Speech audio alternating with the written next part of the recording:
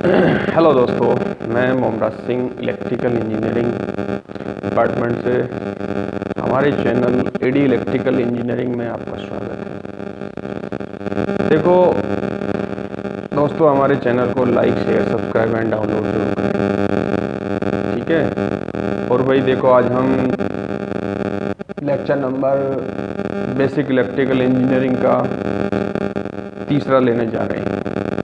बाकी 2 लेक्चर हमने पढ़ा चुके हैं, ठीक है। उन्हें आप देखना, और कोई समस्या आए या कुछ प्रॉब्लम हो तो कमेंट बॉक्स में बताना, तो मैं उसे सुधार करने की कोशिश करूँगा, ठीक है भाई। हाँ ठीक है, अब हम लेक्चर नंबर 3 पे आ जाते हैं। लेक्चर नंबर 3 शुरू हो जाता है। देखो अब देखो हमने क्या किया था भाई, हमने उसके बारे में पढ़ा था, एटम के बारे में। उसमें क्या क्या होता है, ठीक है। एटम परमाणु के अंदर उसका नाभिक होता है। नाभिक में इलेक्ट्रॉन प्रोटॉन न्यूट्रॉन और प्रोटॉन होते हैं। इलेक्ट्रॉन उसके बाह्य कक्षाओं में होते हैं। इलेक्ट्रॉन पर 1.6 माइनस का 1.6 इंटू 10 की पावर माइनस का 19 कूलम का आवेश होता है। प्रोटॉन पर प्लस का 1.6 इंटू 10 की पावर माइनस 19 कूलम का आवेश होता है। और हमारा देखो, मैंने बताया था आपको कि भाई हमारा जो इलेक्ट्रॉन का द्रव्यमान होता है वो बताया था ME 9.11 इंटू 10 की पावर माइनस के 31 kg होता है, ठीक है। और मैंने प्रोटॉन का द्रव्यमान MP बताया था। क्या बताया था कि 1.67 इंटू 10 की पावर माइनस के 27 kg किलोग्राम वेट होता है प्रोटॉन का, ठीक है भाई। अब और मैंने तुम्हें उसके बारे में बताया था भाई, वोल्टेज की डेफिनेशन दी थी तुम्हें मैंने, ठीक है। वोल्टेज की, करंट की डेफिनेशन दी थी मैंने। चार्ज के बारे में बताया था मैंने आपको, ठीक है। आज मैं तुम्हें रेजिस्टेंस के बारे में बताऊंगा, ठीक है। आज मैं तुम्हें रेजिस्टेंस के बारे में बताऊंगा। चलो रेजिस्टेंस के बारे में आगे चलते हैं। पहले थोड़ा सा हमने एक टॉपिक स्टार्ट करा था, वोल्टेज ड्रॉप, ठीक है। क्या करा था भाई? वोल्टेज ड्रॉप, ठीक है। हम क्या स्टार्ट करते हैं? वोल्टेज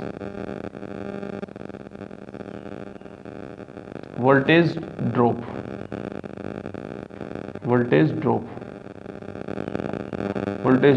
ड्रॉप देखो क्या होता है हमारा, ये हमारा रेजिस्टेंस का सिंबल होता है। मैंने तुम्हें उस दिन बताए थे, पिछले लेक्चर में बताया था कि ये आर क्या होता है? रेजिस्टेंस, ठीक है। यहाँ से ये करंट आई जा रही है, जब ये यहाँ से करंट आई जा रही है तो इसके अंदर जो ड्रॉप होगा वो I इंटू आर होगा।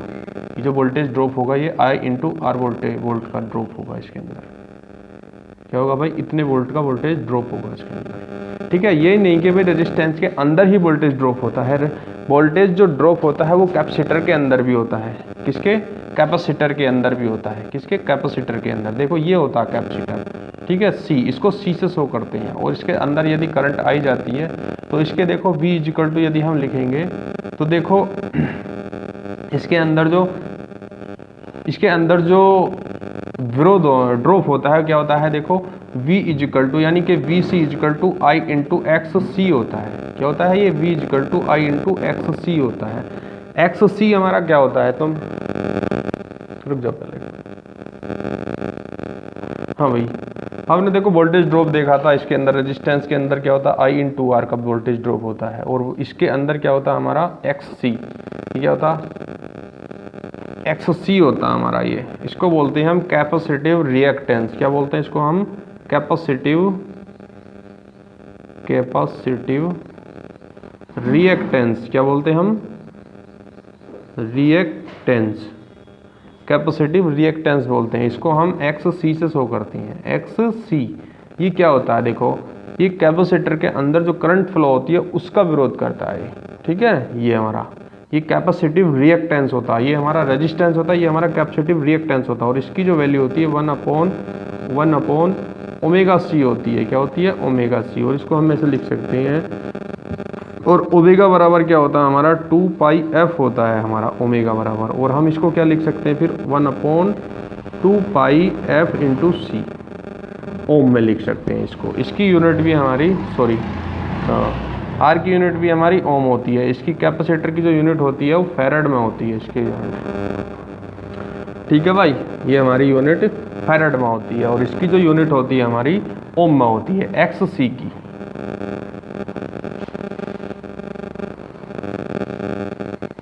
ठीक है। अब हम देखो, अब हमारे वोल्टेज ड्रॉप हो गए। एक हमारा वोल्टेज ड्रॉप कौन सा हो गया भाई, हमारा जो वोल्टेज ड्रॉप हो गया एक हमारा जो वोल्टेज ड्रॉप है, एक है हमारा इंडक्टर के अंदर। देखो इंडक्टर समझते हो, इंडक्टर हमारा देखो ये होता है, हम इसको इंडक्टर, ये होता है इंडक्टर एल। ठीक है भाई, ये इंडक्टर। तुम कहोगे भाई इंडक्टर क्या चीज़ होती है ये? इंडक्टर देखो हमारा जो क्वाइली लोड होता है, क्वाइल मतलब समझते हैं, जब मोटर में के अंदर जो वाइंडिंग होती है वो ऐसी इसी प्रकार से घुमावदार होती है, वही इंडक्टिव लोड होता है। समझ गए, यही हमारा इंडक्टिव लोड होता है। ये हमारा इंडक्टिव लोड होता है। पंखे का लोड, क्वाइल होती है ना हमारी, ये इस प्रकार से जो बनी होती है, ये क्वाइल वाइंडिंग जो होती है, उसी को हमारा वो क्वाइली लोड होता है, क्वाइल वाला, वो हमारा इंडक्टिव लोड की कैटेगरी में आता है। समझ गए। तो हम क्या है भाई देखो, इसलिए हम इसको इंडक्टर बोलते हैं। इंडक्टर से ही इंडक्टिव लोड होता है, और हमारे घर के अंदर जो ज़्यादातर मैक्सिमम जो लोड होता है वो इंडक्टिव ही लोड होता है। मैक्सिमम लोड जो होता है इंडक्टिव ही लोड होता है। तो देखो हम इसको किससे, ये तो है इंडक्टर, इसकी यूनिट क्या होगी, हेनरी होगी। इंडक्टर है ये, इसको बोलेंगे प्रेरकत्व, हिंदी में बोलते हैं इसको प्रेरकत्व, हिंदी में बोलेंगे प्रेरकत्व। ठीक है। और इंग्लिश में क्या बोलेंगे इसको, इंडक्टेंस। क्या बोलते हैं इंग्लिश में, क्या बोलते हैं इसको, इंडक्टेंस। इसको हम बोलते हैं इंडक्टेंस। क्या बोलते हैं हम इसको, इंडक्टेंस। देखो इस लेक्चर को बहुत गौर से पढ़ना, जो मैं बता रहा हूँ तुम्हें, ये मेन बेस है, BEE का बेस है। यहाँ से इनको बहुत गौर से, इसीलिए मैं धीरे धीरे पढ़ा रहा हूँ ताकि तुम एक बार इन्हें पढ़ लो तो ये बेस है, बहुत बढ़िया हो जाएगा तुम्हारा। वरना फिर तुम आगे घूम जाओगे जिस टाइम सवाल आएंगे, बड़े बड़े सवाल आएंगे। ठीक है। तो इसलिए हमारा क्या है, ये इंडक्टेंस है। अब हम इसको, जैसे हमने बताया था कैपेसिटिव रिएक्टेंस होता है, ऐसे ही ये इंडक्टिव रिएक्टेंस होता है। इसको क्या बोलते हैं हम, XL से शो करते हैं। क्या होता है, इंडक्टिव रिएक्टेंस, इंडक्टिव रिएक्टेंस होता है ये। ठीक है, ये होता है हमारा इंडक्टिव रिएक्टेंस। क्या होता है भाई, ये हमारा इंडक्टिव रिएक्टेंस होता है। ठीक है। अब ये हमारा इंडक्टिव रिएक्टेंस होता है, इसकी जो वैल्यू होती है हमारी XL इक्वल टू क्या होती है, 2, इसकी ओमेगा L होती है। क्या होती है, ओमेगा L। ठीक है, ओमेगा L ओम। अब इसमें क्या होता है, ओमेगा इक्वल टू क्या होता है हमारा, 2 पाई के F होता है हमारा। ठीक है। अब ये क्या होता है हमारा, 2 पाई F इंटू L ओम, ये आ जाता है। अर्थात XL इक्वल टू हमारा क्या आ जाएगा, ये XL इक्वल टू क्या हो जाएगा, 2 पाई F इंटू L आ जाएगा ओम में। क्या हो जाएगा, ओम इसकी यूनिट हो जाएगी। ठीक है भाई, ये हमारा, ये बहुत इंपॉर्टेंट है, ये तुम्हें आगे भी यूज आएंगे हमारे, जब हमारा AC सर्किट चलेगा। AC सर्किट में बहुत ही मजा आएगा पढ़ने में, बहुत आनंद आएगा उसमें, बहुत अच्छा चैप्टर है। AC सर्किट में ही तुम्हें बहुत यूज होंगे XL, XC और रेजिस्टेंस। क्या चीज़ है ये, क्या क्या चीज़ होती है, कैसे होती है, इसके बारे में तुम पढ़ोगे, तुम्हें बहुत आनंद आएगा, रियल में बहुत अच्छा लगेगा तुम्हें पढ़ना, मुझे भी पढ़ाने में आनंद आएगा। ठीक है भाई। अब इसमें क्या होता है देखो हमारा, हाँ, अब हम इस पे आगे भाई, हमने देखा था यहाँ पे, ये हमारे 3 तरह के ड्रॉप हो गए, वोल्टेज ड्रॉप 3 तरह के हो गए। देखो ये एक रेजिस्टेंस के अंदर ड्रॉप, एक कैपेसिटर के अंदर ड्रॉप और एक इंडक्टर के अंदर ड्रॉप। ये 3 ही प्रकार के हमारे कंपोनेंट्स होते हैं। और ये हम इनको बताएं तुम्हें, ये जो हमारे, इसको हम शो करते हैं, ये हमारे पैसिव इंस्ट्रूमेंट वो होते हैं, पैसिव एलिमेंट होते हैं। ये एक तुम पढ़ोगे BEE में, तुम्हें पढ़ाऊंगा active element and passive elements. तो ये देखो एक छोटी सी वो बता देता हूँ मौखिकली। एक्टिव एलिमेंट्स वे एलिमेंट्स होते हैं जो करंट फ्लो करते हैं या जनरेट करते हैं, अर्थात जनरेट करते हैं या एम्पलीफाई करते हैं। ठीक है, वो क्या होते हैं, हमारे एक्टिव एलिमेंट्स होते हैं। और जो पैसिव एलिमेंट, एक्टिव, एक बार और समझ लो, एक्टिव मतलब जो तुम्हारे फादर हैं वो तुम्हें देते हैं, तो वो तुम्हारे एक एक्टिव है। क्या है वो, एक्टिव एलिमेंट्स हैं। तुम क्या हो, उनसे ग्रहण करते हो, ऑब्जर्व करते हो, तुम कोई देते नहीं हो, कुछ नहीं करते हो ना, केवल लेते हो, एब्जॉर्व करते हो, तुम कुछ देते नहीं हो, तो इसलिए तुम क्या हो, पैसिव हो। इसी के अकॉर्डिंग मैंने तुम्हें समझाया, कहने का तात्पर्य ये हमारा कोई करंट का या वोल्टेज का फ्लो नहीं करते हैं, जनरेट नहीं करते हैं। ठीक है, ना करंट का, ना ये करता और ना ही ये करता है, ये केवल एब्जॉर्ब करते हैं। तो इसलिए क्या है, ये हमारे पैसिव एलिमेंट हैं। क्या है ये तीनों हमारे, देखो मैं इसमें एक पॉइंट लिख देता हूँ नीचे को, ये यहाँ पे एक पॉइंट लिख देता हूँ नोट करके, इसको याद रखना। ये हमारा R का मतलब है रेजिस्टेंस है, और C का मतलब इंडक्टेंस है, और L का मतलब क्या है हमारा इंडक्टर्स है, इससे मतलब है। तो ये क्या होता है,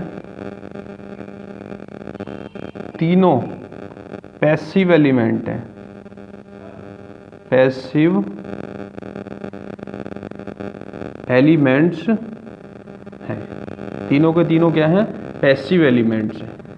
ठीक है भाई, तीनों के हमारे तीनों पैसिव एलिमेंट हैं, ध्यान रखना ये बात। ठीक है भाई, अब देखो भाई, इसका तुम स्क्रीनशॉट ले सकते हो भाई। ठीक है, इसका तुम स्क्रीनशॉट ले सकते हो। अब देखो ये हमारा वोल्टेज ड्रॉप था। ठीक है, अब स्क्रीनशॉट ले लिया हो तो मैं अब बिठान देता हूँ भाई, ले लिया होगा वैसे। ठीक है, मैं बोर्ड से अलग ही होकर पढ़ाता हूँ। ठीक है, अब मैं इसको बिठाने जा रहा हूँ। यदि कोई तुम्हारी चीज़ समझ में ना आए तो उसे बार बार रिपीट करके देख लेना, एक दोबारा बार बार रिपीट करके देख लेना उसको, और जो भी समस्या हो कमेंट्स बॉक्स में बता देना। ठीक है भाई, अब हम पढ़ते हैं भाई, ये हमारा बेसिक चल रहा है, बेसिक इलेक्ट्रिकल चल रहा है, यानी बेसिक ऑफ इलेक्ट्रिसिटी, उसी के बारे में पढ़ना है हमें। अगर तुमने ये लेक्चर नहीं देखे तो तुम्हें बड़ी समस्या आएगी, ज़्यादा परेशान होगे तुम, बीच में से पढ़ोगे तो तुम्हारा बेस कमज़ोर हो जाएगा। जिस प्रकार से क्या होता है, जब हम अपना घर बनाते हैं तो उसमें क्या होता है भाई, देखो उसके अंदर घर बनाने से अगर हमारी नींव कमज़ोर है तो ढह जाता है, तनक भूकंप आने पर ढह जाएगा।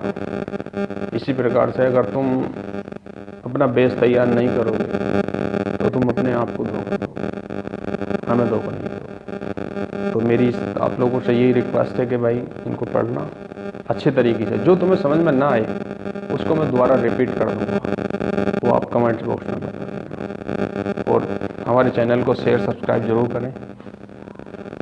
ठीक है, हाँ भाई, अब हम पढ़ते हैं, देखो भाई ईएमएफ क्या पढ़ते हैं, ईएमएफ पढ़ते हैं। अब हम ईएमएफ क्या होता है, देखो इसको हम, ईएमएफ क्या होता है हमारा, ईएमएफ होता है इलेक्ट्रोमोटिव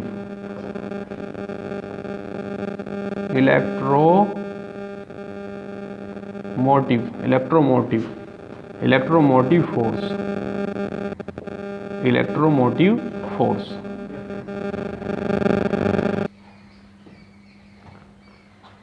हाँ भाई, इलेक्ट्रोमोटिव फोर्स देखो ये क्या होता है ना, और इसकी यूनिट भी क्या होती है हमारी, वोल्ट ही होती है। यूनिट क्या होती है इसकी यूनिट होती है हमारी वोल्ट, इसकी यूनिट हमारी वोल्ट ही होती है इसकी भी, और वोल्टेज की यूनिट भी वोल्ट ही होती है, वोल्टेज ड्रॉप की यूनिट भी वोल्ट ही होती है। ठीक है, बट इसमें और उसमें क्या डिफरेंस है, देखो एक वोल्टेज डिफरेंस होता है, उसके बारे में भी मैं तुम्हें समझाऊंगा। एक आता है हमारा, नीचे लिख देता हूं मैं, वोल्टेज डिफरेंस।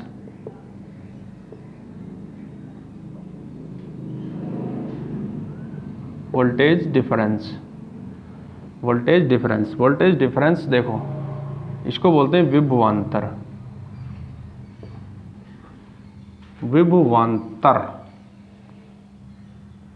ठीक है, इसको बोलते हैं हम इलेक्ट्रोमोटिव फोर्स, चुंबकीय वाहक बल।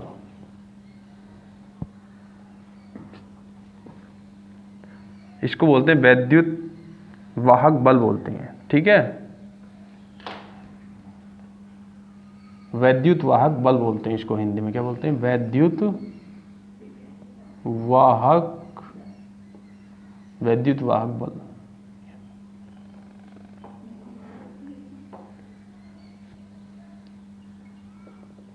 ठीक है, अब देखो क्या होता है हमारा ईएमएफ, हमारा क्या होता है ईएमएफ। देखो एक ऐसी एनर्जी है जो क्या करती है, हमारे चार्ज को एक स्थान से दूसरे स्थान तक भेजती है। समझ गए नहीं? हाँ, ये ना कि वोल्टेज ड्रॉप है, वोल्ट नहीं है ये एक ऐसी एनर्जी है जो एक चार्ज को, चार्ज मीन्स जो Q बताया था मैंने तुमको, Q चार्ज बताया था, और Q मैंने ये बताया था तो मैं Q इज इक्वल टू क्या होता है, I upon Q is equal to IT भी होता है, I इंटू टी। ठीक है, ये होता है। तो इसको क्या करती है कि वो चार्ज को, Q चार्ज को क्या करती है, एक स्थान से दूसरे स्थान तक भेजती है। उसी को हम क्या बोलते हैं, वैद्युत वाहक बल या इलेक्ट्रोमोटिव फोर्स बोलते हैं। ठीक है, ईएमएफ एक ऐसा बल है जो क्या है, हमारे चार्ज को, जो किसी चार्ज को, किसी चार्ज को एक स्थान से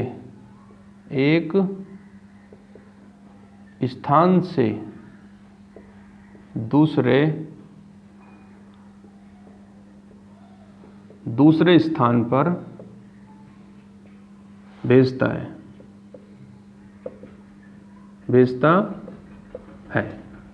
ठीक है भाई, ये हमारा ईएमएफ है।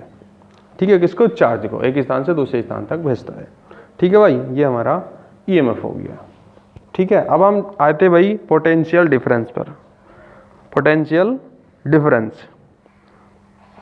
अब हमारा देखो ये पोटेंशियल डिफरेंस शुरू हो जाता है। क्या होता है देखो, पोटेंशियल डिफरेंस क्या होता है, देखो ये हमारा कोई रेजिस्टेंस है। ठीक है, ये हमारा कोई रेजिस्टेंस है। ठीक है, ये क्या है, हमारा ए पॉइंट है, ये क्या हमारा बी पॉइंट है। ठीक है, अब यहाँ पे देखो ये है, अब यहाँ से जब करंट गई है, ये रेजिस्टेंस है, यहाँ पे मान लो ये जो वोल्टेज है ये VA है, इस नोट इसका पॉइंट का वोल्टेज, और इस पॉइंट का वोल्टेज क्या है, VB है। ठीक है, अब जब एक बात सोचो, जब हमने यहाँ से वोल्टेज देते हैं, मान लो 220 वोल्टेज दिया है यहाँ से, तो इसके अंदर भी तो कुछ खर्च होगा रेजिस्टेंस के द्वारा, कुछ वोल्टेज खर्च हो जाता है। क्या हो जाता है, खर्च हो जाता है। ठीक है, उसके खर्च होने से, वोल्टेज के खर्च होने से यहाँ पे कुछ वोल्टेज कम हो जाता है। क्या हो जाता है, कम हो जाता है। यानी कि यहाँ पे यदि 1 वोल्ट भी कम हुआ तो यहाँ पे लगभग कितना आ जाएगा, 219 वोल्ट आ गया। कितना आ गया, 219 वोल्ट। अब देखो इसमें कुछ क्या हुआ, कुछ अंतर है। देखो इसका 220 वोल्ट, ये 219 वोल्ट, तो इसी को देखो voltage difference. Difference means voltage का अंतर, अर्थात विभवांतर। अर्थात क्या है, विभवांतर। इसी को बोलते हैं विभव का अंतर, यानी कि विभव का अंतर ही वोल्टेज डिफरेंस या वोल्टेज डिफरेंस कहलाता है। विभवांतर या विभव का अंतर विभवांतर कहलाता है। ठीक है, यदि तुम लिखना चाहो तो विभव का अंतर, इसका विभव का अंतर, विभव का अंतर ही विभवांतर कहलाता है। विभवांतर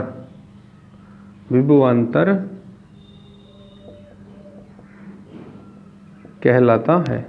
ठीक है भाई, ये है हमारा, ये विभवांतर कहलाता है। यदि हम इसको लिखना चाहेंगे भाई, इसको VAB लिखेंगे तो VAB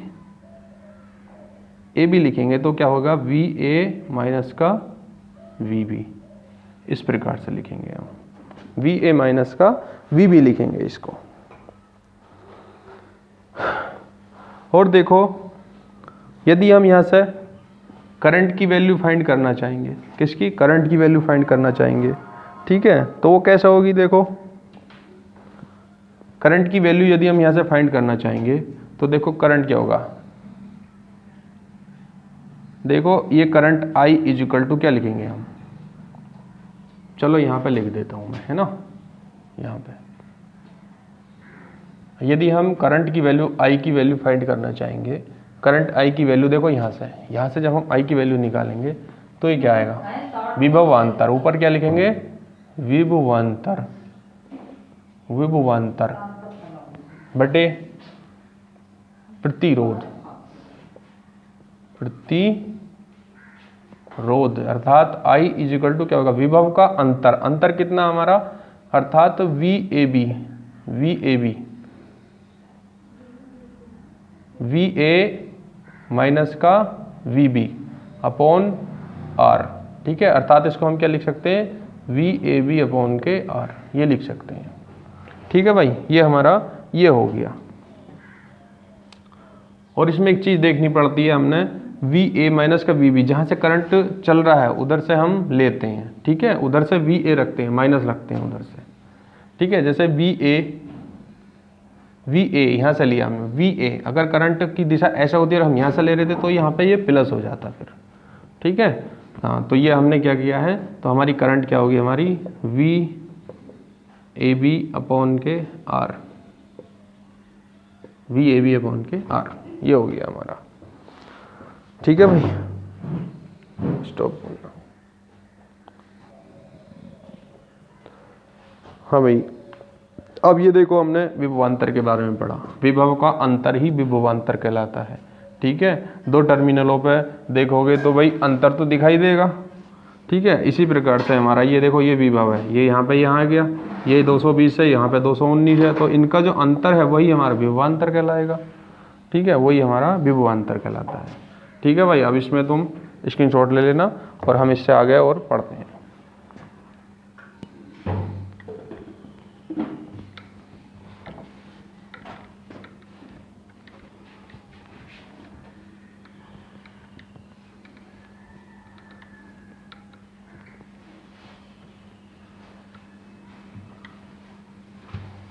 यार बच्चे तो हैं कुछ भाई।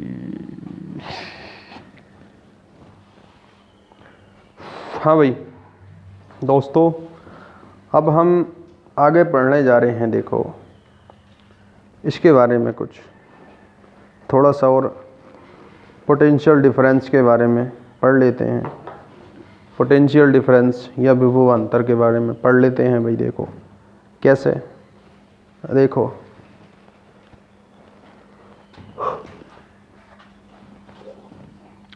देखो ये हमारा रेजिस्टेंस है, ठीक है, ये करंट हमारी, ये पॉइंट है हमारा ए पॉइंट है, ये हमारा बी पॉइंट है। यहाँ पे जो वोल्टेज है वो कितनी है, VA, ये कौन सी है, VB है, ये R है, और यहाँ से जो क्या है हमारा करंट क्या है हमारा, ये जा रहा है, करंट I है, और ये क्या है हमारा, ये माइनस पॉइंट है, ये माइनस का VB है, ये जो हमारा माइनस का VB है ये। अब जब हम यहाँ से करंट की वैल्यू फाइंड करेंगे तो यहाँ से स्टार्ट करते हैं, जिधर से करंट डायरेक्शन चल रही है करंट, ठीक है, वहाँ से स्टार्ट करते हैं। तो जहाँ करंट इज इक्वल टू क्या होगा, करंट, तो इनका अंतर क्या होगा, VA हम माइनस का, ये आ रहा प्लस का, तो माइनस का और माइनस का VB अपॉन के R, ठीक है। तो ये हमारा क्या हो जाएगा भाई, VA माइनस का और माइनस माइनस क्या हो गया प्लस, तो यानी कि VB अपॉन के R, ये हो जाएगा हमारा। ठीक है, मुझे थोड़े से तुम्हें पॉइंट्स बताने हैं सवाल करने के लिए। जब तुम्हारे सवाल शुरू होंगे तो उसमें बड़ी दिक्कत आएगी, इसलिए मैं तुम्हें धीरे धीरे से समझा रहा हूँ, डीपली करके बता रहा हूँ, क्योंकि आगे तुम्हें काफ़ी दिक्कत आएगी फिर इसके लिए। ठीक है भाई, इसमें तुम्हें काफ़ी दिक्कत आएगी। अब ध्यान रखना, पहले हमने क्या लिया था, जब ये माइनस नहीं था तो यहाँ पे माइनस आ गया था, ठीक है। जब ये यानी कि प्लस था तो ये VA माइनस के VB आ गया था, ठीक है, और अपॉन R था। अब ये जब हमने माइनस ले लिया तो हम इसको इस प्रकार से ले लेंगे। यदि हम इसको क्या कर दें भाई, अगर हम इसको क्या करें, अगर हमने ये ले लिया, ये है, ये VA है, ये है VA है, ये क्या है VA है, और ये क्या है VB है, ठीक है। करंट की डायरेक्शन हमारी यही है, करंट की डायरेक्शन हमारी ये है। अब ये माइनस का है, ठीक है, तो हम क्या करेंगे भाई, इसको माइनस का VA, सॉरी, अब ये देखो करंट अगर ये हम निकालेंगे, यहाँ से करंट निकालेंगे तो क्या आ जाएगा हमारा, करंट निकालने के लिए माइनस का VA और माइनस का VB अपॉन के R आ जाएगा। ये जो R है यहाँ पे रेजिस्टेंस, ठीक है, ये आ जाएगा हमारा, ये आ जाएगी, ठीक है। यदि क्या होता है, अब और पॉइंट देख लेते हैं हम, थोड़े से और पॉइंट देख लेते हैं। यदि देखो हमारा, चलो इसको भी डाल लेते हैं, फिर अगला समझ लेते हैं।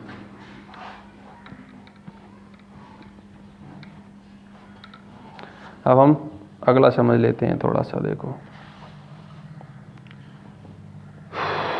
आकाश, स्टॉप स्टॉप, चलो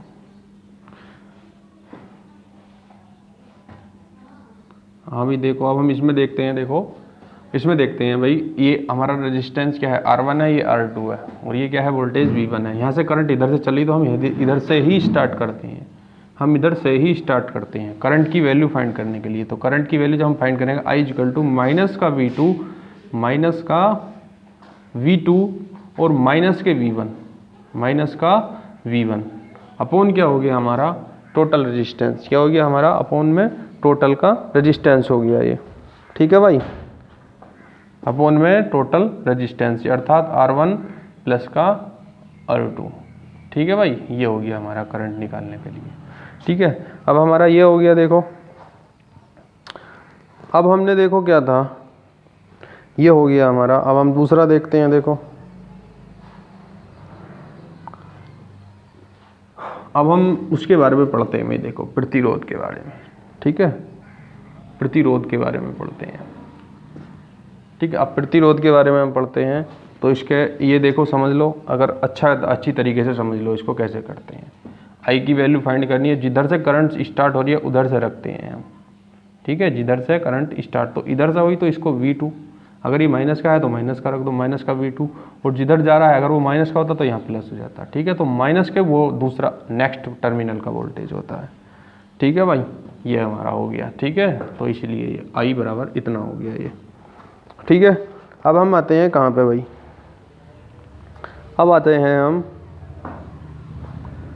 रेजिस्टेंस। क्या आते हैं हम, रेजिस्टेंस पर। किसके आते हैं, रेजिस्टेंस पर। तो इसे हम बैठान देते हैं भाई। देखो हम क्या आ जाते हैं, रेजिस्टेंस के बारे में पढ़ते हैं। रेजिस्टेंस, तुम कहोगे भाई रेजिस्टेंस क्या चीज़ है। ठीक है, रेजिस्टेंस हमारी क्या चीज़ है, रेजिस्टेंस क्या है, प्रतिरोध। प्रतिरोध, प्रतिरोध हमारा देखो क्या है, प्रतिरोध, प्रतिरोध, प्रतिरोध यानी कि रेजिस्टेंस, रेजिस्टेंस, रेजिस्टेंस भाई।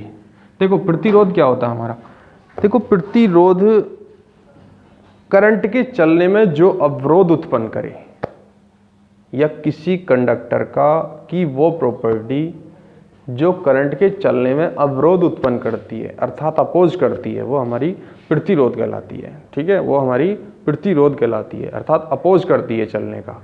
जैसे तुम्हारी पढ़ाई में बहुत शख्स ऐसे होंगे जो बाधा उत्पन्न करते हैं। ठीक है भाई, तुम्हारी पढ़ाई में जो बाधा उत्पन्न कर रहे हैं वही तुम्हारे प्रतिरोध हैं, वही रेजिस्टेंस होता है। ठीक है, वही है। ठीक है, जो तुम्हारे पढ़ाई में अवरोध पैदा करते हैं, वायरस होते हैं वो लाइफ के अंदर, वही तुम्हारे क्या होते हैं, प्रतिरोध होते हैं। ठीक है, बहुत शख्स ऐसे होते हैं जो तुम्हें लाइफ में आगे जाएंगे तो पीछे खींचेंगे, तो वही तुम्हारे प्रतिरोध हैं। तो इसलिए हम इसको प्रतिरोध बोलते हैं। तो ये करंट के चलने में क्या करता है, अपोज करता है, करंट के चलने का अपोज करता है, ये हमारा प्रतिरोध कहलाता है। और इसकी जो यूनिट होती है भाई, ओम होती है। क्या होती है इसकी यूनिट, क्या होती है, ओम होती है इसकी यूनिट। ठीक है, और क्या होता है, देखो ये प्रतिरोध क्या होता, प्रतिरोध इन डीसी, यानी डीसी में करंट के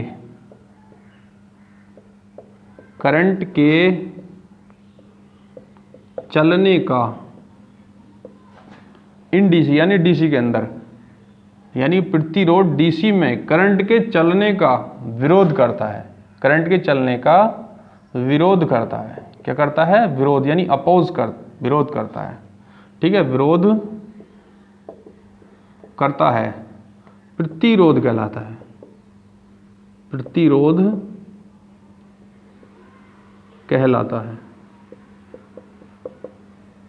कहलाता है। ठीक है, प्रतिरोध कहलाता है। इसको हम R से शो करते हैं, R इजिकल टू V/I, ओम लिख सकते हैं इसको हम। ठीक है, इसको हम उसमें एक ओम का नियम बताएंगे, उसमें प्रूफ करेंगे इसको।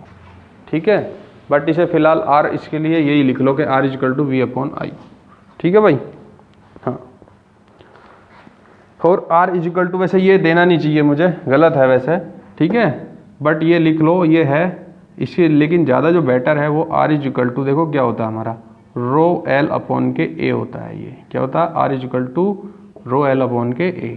ठीक है, इससे ज़्यादा बेटर है कि आप इसे बाद में देखेंगे, हम ओम के नियम में इसी को देखो। ठीक है, यही देखो तुम, R इजिकल टू ρL/A। ठीक है, तुम कहोगे रो क्या है, ये रजिस्टिविटी है। क्या है, रजिस्टिविटी, प्रतिरोधकता, इसको बोलते हैं उसको बोलते हैं हम प्रतिरोधकता। क्या बोलते हैं, प्रतिरोधकता। ठीक है, रजिस्टिविटी इंग्लिश में बोलते हैं रजिस्टिविटी। ठीक है, इसको बोलते हैं हम, देखो जैसे हमारा ये वायर है कोई, ये हमारा वायर है, ये इसकी काट है, ये गोल गोल सर्किल है, क्रॉस सेक्शन एरिया, ये इसका क्या है, क्रॉस सेक्शन एरिया है। ये अनुप्रस्थ काट का क्षेत्रफल क्या है, ये हमारा एरिया है, ये अनुप्रस्थ काट का क्षेत्रफल,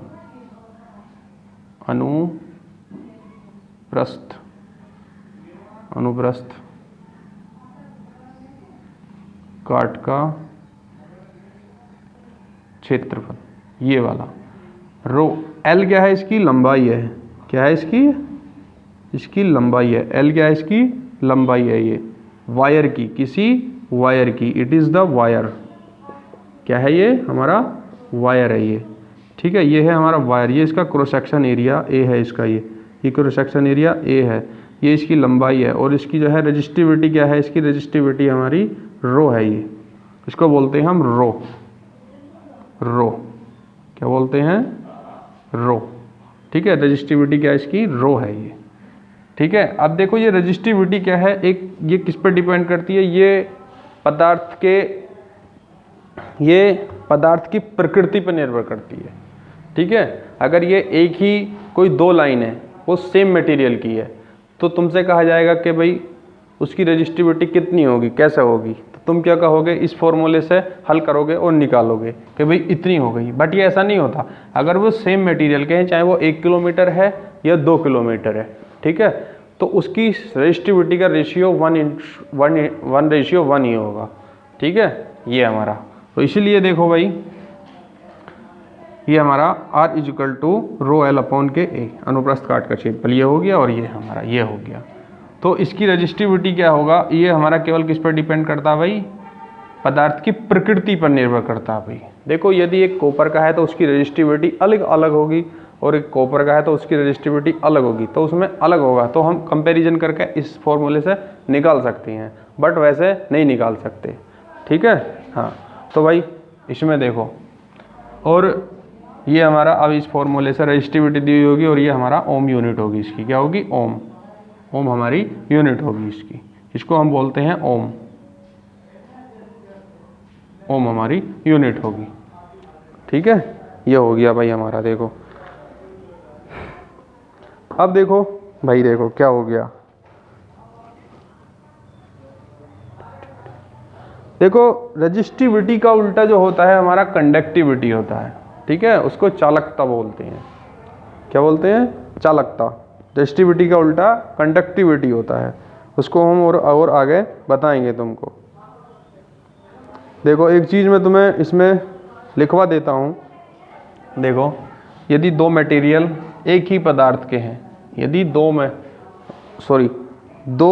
दो तार हमारे एक ही पदार्थ के हैं, यदि हमारे एक ही पदार्थ के हैं, ठीक है, तो उनकी रजिस्टिविटी सेम होती है। ठीक है, ये केवल उसके मटेरियल पर निर्भर करती है, वो किस चीज़ का मटेरियल है। ठीक है भाई, ये हमारे उसी पे डिपेंड करती है। अब मैं इसको लिख देता हूँ, ये इंपॉर्टेंट चीज़ है, देखो यहाँ पे, अर्थात यहीं पे लिख देता हूँ, यदि दो तार किसी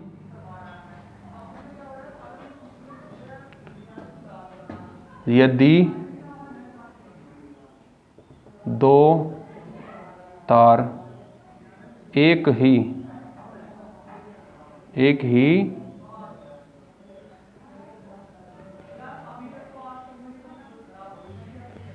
मटेरियल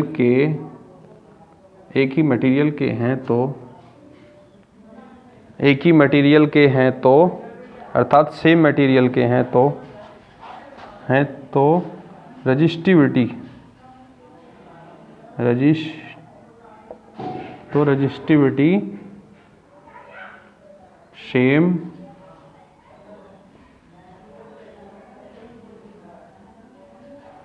सेम होगी। ठीक है भाई, ये हमारा, तो ये केवल मटेरियल के टाइप पर निर्भर करती है। यह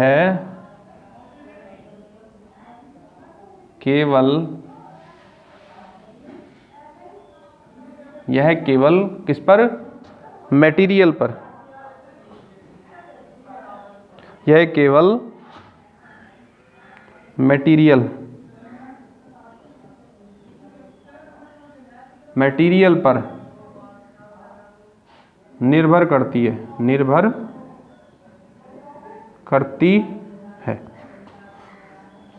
ठीक है भाई, आज का लेक्चर हम यहीं पर समाप्त करते हैं। ठीक है दोस्तों, ओके भाई, हमारे चैनल को लाइक, शेयर एंड सब्सक्राइब जरूर करें, और जो कोई समस्या हो वो आप कमेंट्स बॉक्स में बताएं हमें। ठीक है, हम उसका सुधार करेंगे। भाई हमारा भी नया चैनल है, और आप लोग इसको शेयर करो, सब्सक्राइब करो, डाउनलोड करो। ठीक है भाई, ओके, गुड बाय।